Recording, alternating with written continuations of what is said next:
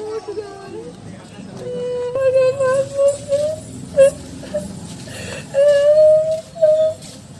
अरे कपार फूट। अरे माया माया मैं कपार फूट गए।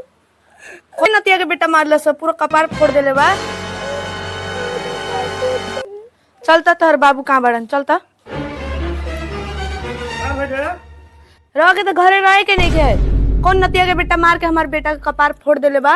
और मरला सर तो ढेर फाट गइल बा। कौन मरला सर? बता के मरल सर।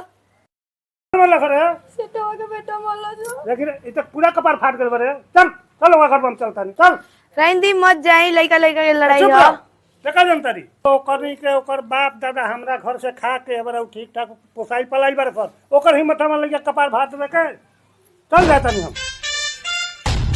चल काहे मरला हम पूछता नहीं ओकनी से।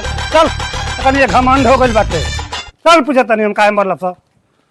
आ सेठवा निकाल घर में से अपना आके देख हमर बेटा कपार फोड़ दे तोर बेटा तनी घमंड हो गइल बा।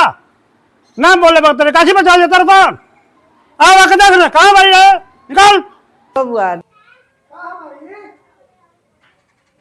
देखो तो दुआरा पर के चिल्लाता।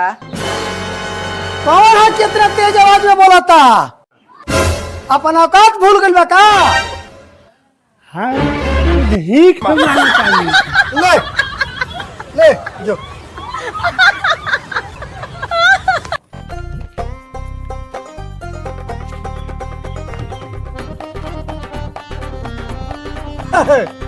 पहले है सोच होके आज जा तेरे टेढ़ होके।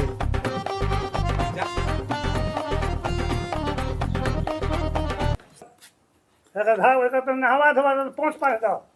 का भइल हो जे? का भइल ह कहतरू? हम तो एबे जाके ओकन को उतना न बोलले बानी। ओकरे गुम कर देले बानी ओकनी के तू को पैसा आ गइल बा बड़ा घमंड हो गइल बाटे। ठीक बा पहला हम बताऊं ठीक बा ओकनी को फेर बानी हम घबरा मत। उधर जाइए सब